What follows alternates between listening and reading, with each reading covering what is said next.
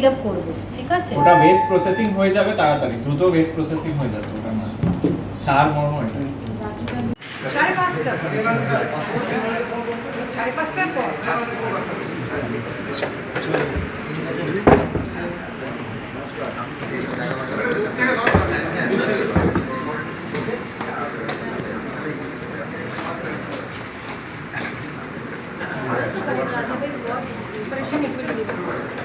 I'll see you for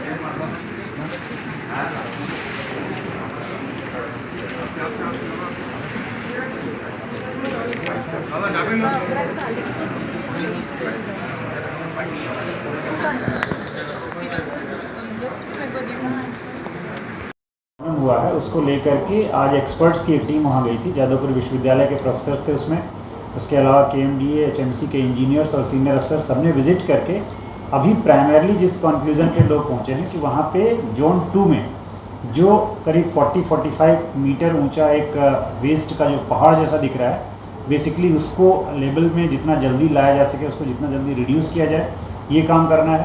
वहाँ पे जो ड्रेनेज ब्लॉक हुई है उसको सपोर्ट के लिए साल बल्ला दे करके ड्रेनेज के दोनों तरफ वो एक सपोर्ट सिस्टम बनाना। जो घर अफेक्टेड हो सकते हैं, जो एकदम जो भगाड़ से लगे हुए घर हैं, उनके पास में भी साल बल्ला दे करके एक सपोर्ट का व्यवस्था करने को उन लोगों ने रिकमेंड किया है।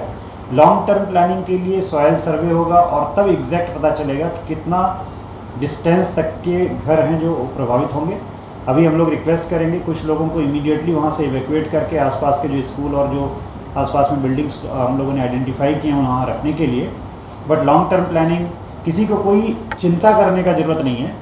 एक कोई ना कोई अच्छे से प्रशासन की तरफ से व्यवस्था की जाएगी, लेकिन शॉर्ट टर्म मेजर में सबसे यही अनुरोध रहेगा हम लोगों को कि एक ऐसी जब समस्या सामने सडनली आई है तो सब लोग मिल करके अगर हम लोग अच्छे से प्लान करेंगे तो किसी को कोई प्रॉब्लम नहीं होगा। बिजली का समस्या आपने सुना वो मिट गया है।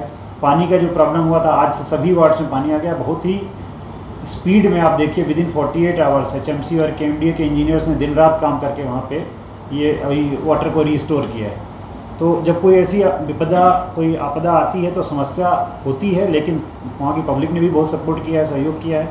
आप देखिए ट्रैफिक का भी वो रास्ता सब काफ़ी नैरो है, लेकिन जितने भी वेस्ट मटेरियल लेकर के गाड़ियाँ जाती हैं, वहाँ से निकलती हैं, उनको कैसे फैसिलिटेट किया जाए। फ्यूचर में वहाँ पे जो बायो माइनिंग के बाद में निकलेगा प्रोसेस्ड वेस्ट, उसको निकालने के लिए जो एक्स्ट्रा गाड़ियाँ 200-250 गाड़ियों का मूवमेंट बढ़ेगा। हम लोग ट्रैफिक के लिए भी एक अच्छा वहाँ पे प्रबंध करेंगे, जिससे कि इस काम में कोई दिक्कत ना हो और काम इमीडिएटली शुरू होगा। ऑलरेडी सर्वे का काम चल रहा था और उसको स्ट्रीमलाइन करके ये रिकमेंडेशन आने के बाद और अच्छे से शुरू हो जाएगा। कल से फुल फ्लेजेड वहाँ पे बाकी जो काम अभी हम लोगों ने डिस्कस किया चलेगा। और अगेन मैं एक ही बात बोलना चाहूँगा कि किसी को बहुत पैनिक करने का ज़रूरत नहीं है, लेकिन ये सब अनप्रडिक्टेबल चीज़ें हैं। जब तक लैंड का सर्वे रिपोर्ट नहीं आता तब तक अंदर में कितना डिस्टर्बेंस हुआ है पता नहीं चलता, इसलिए सबको केयरफुल रहना चाहिए, प्रशासन के साथ सहयोग करना चाहिए। और वहाँ के निवासियों से हम लोगों का आप लोगों के माध्यम से जो अनुरोध है कि आप लोग अभी कुछ दिन के लिए टेम्प्रेरी जहाँ पे हम लोग बोल रहे हैं वहाँ पे शिफ्ट कर जाएं और उसके बाद में हम लोग कोई ना कोई अच्छी व्यवस्था, परमानेंट व्यवस्था करेंगे। Thank you. कुल कितने घर इफेक्टेड हुए हैं? ये सर्वे के बाद ही पता चलेगा, इसीलिए पूरी एक टीम जाएगी वहाँ पे, आइडेंटिफाई करेगी किसको इमीडिएट थ्रेट है और किस घर में अभी लैंड सर्वे रिपोर्ट तक हम लोग वेट कर सकते हैं। बट जनरली वहाँ पे आसपास में हम लोगों को 50 to 100 मीटर्स के पेरीफेरी में देखना पड़ेगा कि कौन कौन से घर अफेक्टेड हुए हैं। आज एक बैठक हुआ है जिसमें कई कुछ पदस्थ अधिकारी भी थे।